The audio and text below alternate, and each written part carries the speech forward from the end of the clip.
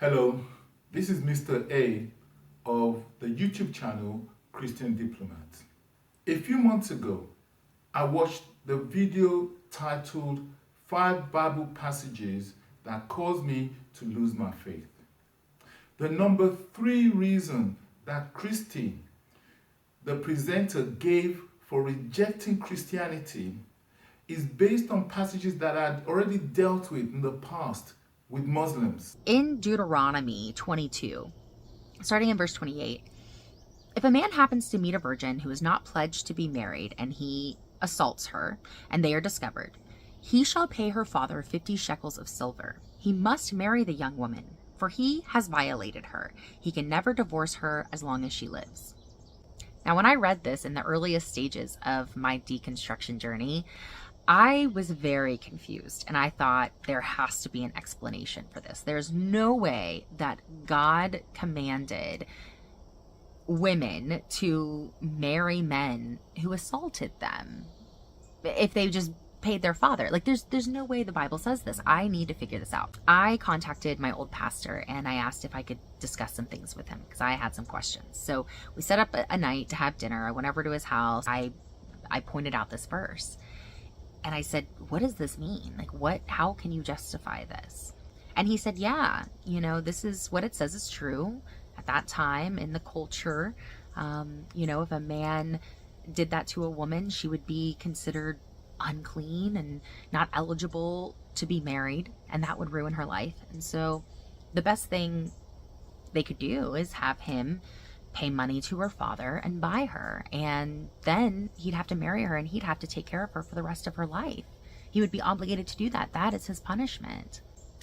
And some people who are indoctrinated, who are taught not to question it, will just go, oh, okay, that makes sense.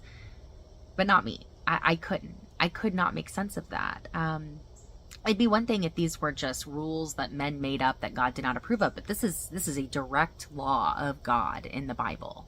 This kind of loophole for men to find a wife if they just assaulted her, and then they could marry her if they just, paid her father some money. And supposedly that was a lot of money back then, so that was a very big punishment. But really, that's how we punish the man? I don't know any woman that would ever want to spend her life being married to and having to submit to the man that assaulted her.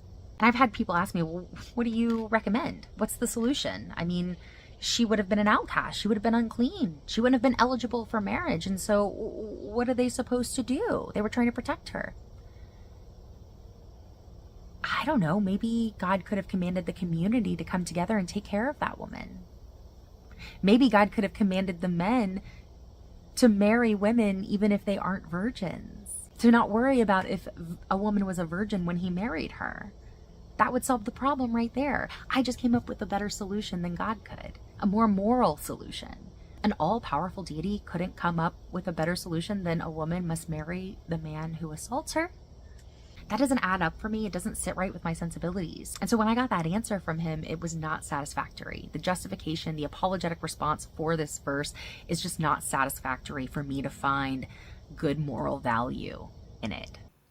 I'm going to start by making three key points. The first point is that it is the church that interprets Christian scriptures. 1 Corinthians chapter 2 verse 14 says, the person without the Spirit does not accept the things that come from the Spirit of God, but considers them foolishness and cannot understand them because they are discerned only through the Spirit. Point 2.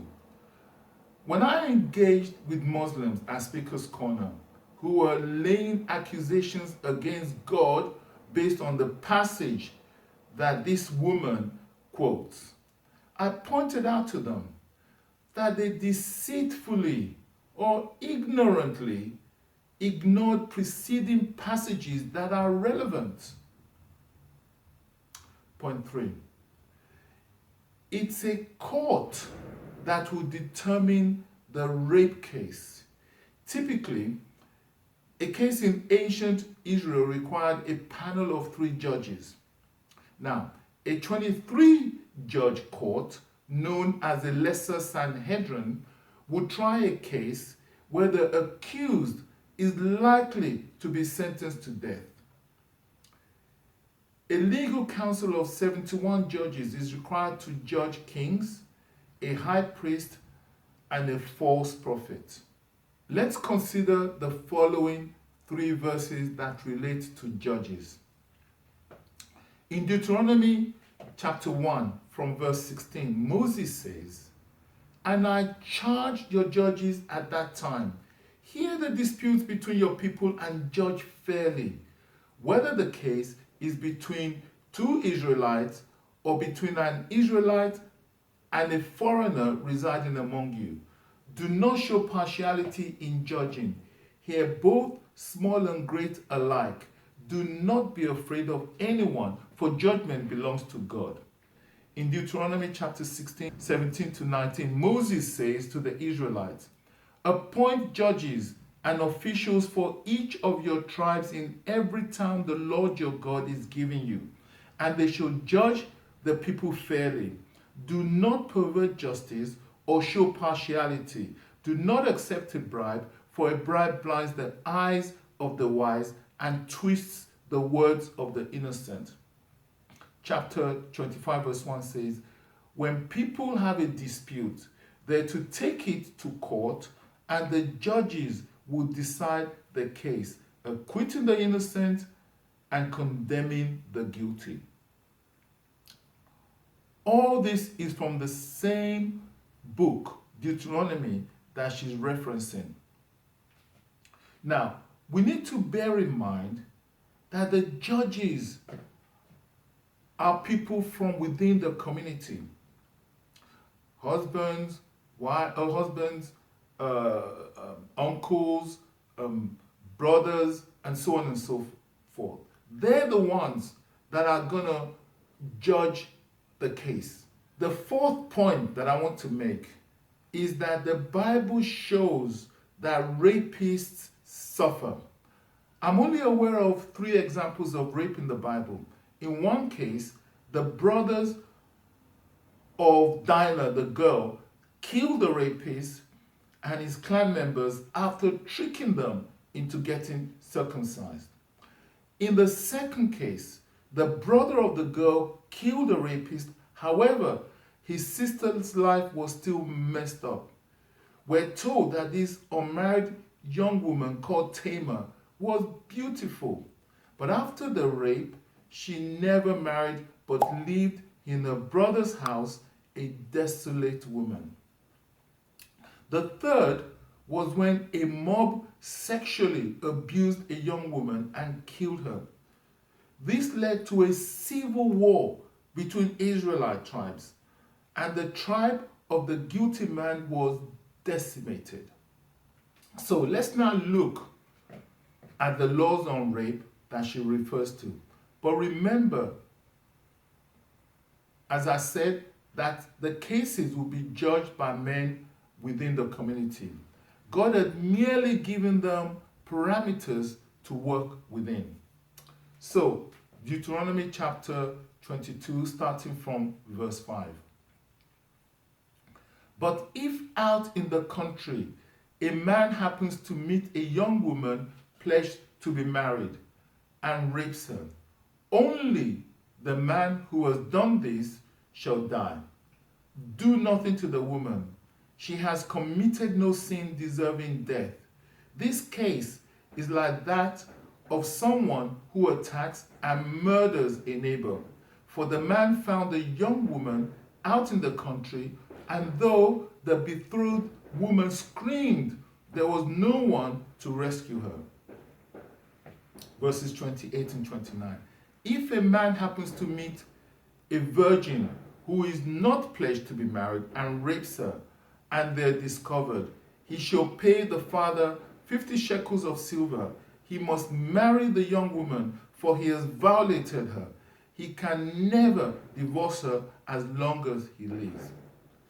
Kristi talked as if God was being unjust to the woman who had been raped by forcing her to marry her rapist. But that erroneous thinking occurs because she jumped to verse 28 while ignoring verse 25 and so many other relevant passages before. Now, I'm going to make 10 points to explain what is really going on. The first one is that God made it clear in verse 25 that raping is like murder, and emphatically stated that the rapist must be killed. There are two categories of young women mentioned here, and the only difference between them is that one is pledged to be married and the other one is not. They were each raped under identical circumstances, and Yahweh clearly abhors rape. Let's see why the perpetrators are treated differently. The first section deals with a situation where a woman who is pledged to be married suffers rape.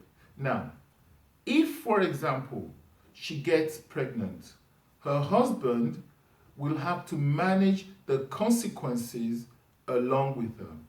The rapist is not required to help to bring up the child or support the woman, so the judges must sentence him to death. The woman is clearly not forced to marry her rapist, since he will be dead and she was already pledged to be married anyway. Consequently, the punishment for rape is the death of the perpetrator. 4. Regarding the woman who is not pledged to be married, remember the case of Tamar, who was marriageable but suffered a life of desolation after being raped. The reality is that in that ancient culture, an unmarried rape victim was unlikely to ever get married. Who would want to marry her son to a non-virgin? Also, if a child is born from the rape, which man would want to marry the mother and have to bring up the child? The woman was destined to suffer, and so would the child that results from the rape. In such a situation, neither the woman nor the child will gain from the death of the rapist. When Tamar was being attacked, she pleaded with the man not to do it and said, "Don't force me. Such a thing must not be done in Israel. Don't do this wicked thing. What about me? Where could I get rid of my disgrace? And what about you? You'll be like one of the wicked fools in Israel. Please speak to the king. He will not keep me from being married to you." She warned that the consequences would be terrible for her as well as for him. But his lust got the better of him. They lived in a culture where personal and family reputation was highly valued. Disgrace and ridicule awaited a rapist. Kristi had the audacity to talk as if she is more moral than God and she knows more than God. She said that she came up with a better solution than God, that God should merely tell the men in that culture not to value virginity. Okay. So, all right, so we're now saying that God should tell us about what our moral standard should be. Okay, so he should tell the ancient people don't value virginity. Anything goes. Okay. Now, those ancient people, if they could see our culture, they probably would say God should tell these people to value virginity, to stop being promiscuous, to stop committing adultery, to stop ripping each other off, in very skillful ways through our banking system. There are so many things that those people in the ancient culture could say that God should impose on us. We're not going to like it. And who's going to obey anyway? And then God will now have to resort to destroying all of us. Most people would want God to be merciful. and to give the human race more opportunities so that at least some people will turn away from the wickedness. Kristi said that the woman will be forced to marry her rapist and submit to him for the rest of her life, when the Bible states clearly that it is the man who will be forced to marry his victim. In our culture, we jail rapists for months or for a few years, and then they return to the community. Ancient Israel did not have a prison system. However, Yahweh instituted a law whereby the rapist would effectively be jailed for life, and his jailer will be his victim. He would have to support any child that comes from the rape and be daily at the mercy of his victim and her family. She could refuse for him to ever touch her.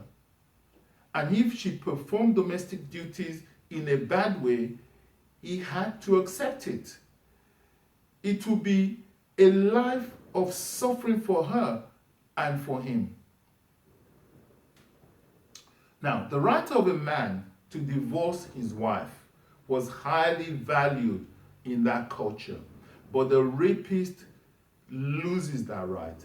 Effectively, he will be emasculated. Like Tamar warned, the rapist will be a fool in Israel. 8. Kristi was talking as if it was a certainty that the victim would marry her rapist. The Bible says that the rapist must marry his victim, but marriage is only possible if both sides agree to it.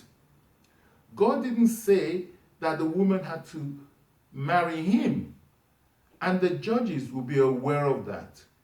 They will remember the case in Genesis chapter 34 where Dinah was raped by Shechem. Shechem desperately wanted to marry her, but Dinah's family refused. They left the region, and Dinah would have had the chance to start a new life elsewhere. Regarding the 50 shekels to go to the father, since it is a fixed amount, it seems as if it is a fine. Normally, the father of the daughter would choose her husband, but the rapist robbed him of that right. We should also note that in the court, it is possible for the father to demand the death of the rapist. And that is something that would, have to be argued in the court. But we mustn't assume that it's, a foregone conclusion that, that no physical harm will come to the rapist. Now, even though the 50 shekels of silver will be paid, the rapist still had to pay the bride price and give a gift as determined by the father. See Genesis chapter 34, verse 12. But there is no compulsion for the father to give his daughter to him. The judges will be aware of this. Now, this point is made clearer if we look at Exodus chapter 22 from verse 16, where it says, if a man seduces a virgin who is not pledged to be married and sleeps with her, he must pay the bride price, and she shall be his wife. If her father absolutely refuses to give her to him, he must still pay the bride price for virgins. In this situation, the young woman agreed to have sex, but the man must still marry her by first paying the bride price. But the key point is that the father can demand the bride price and still refuse to allow the man to have his daughter. So in the rape case that we're talking about, the father can demand more than the 50 shekels of silver that is being mentioned there. And, the woman would not be given to him. By the time of Jesus Christ, it had become impossible for Jews to follow this particular law, since the Romans had made it illegal for them to carry out executions. 2,000 years later, Christians who live in diverse nations that have diverse laws regarding rape do not follow this Mosaic law. Thanks for watching. So please comment on whether you believe that Kristi is right, that in fact God is being unjust, or God was, because these are things that happened in the past, that God was being unjust to rape victims in the past. Thank you for watching, and please subscribe to my YouTube channel. There are a lot more things that I need to bring out. God bless. Bye.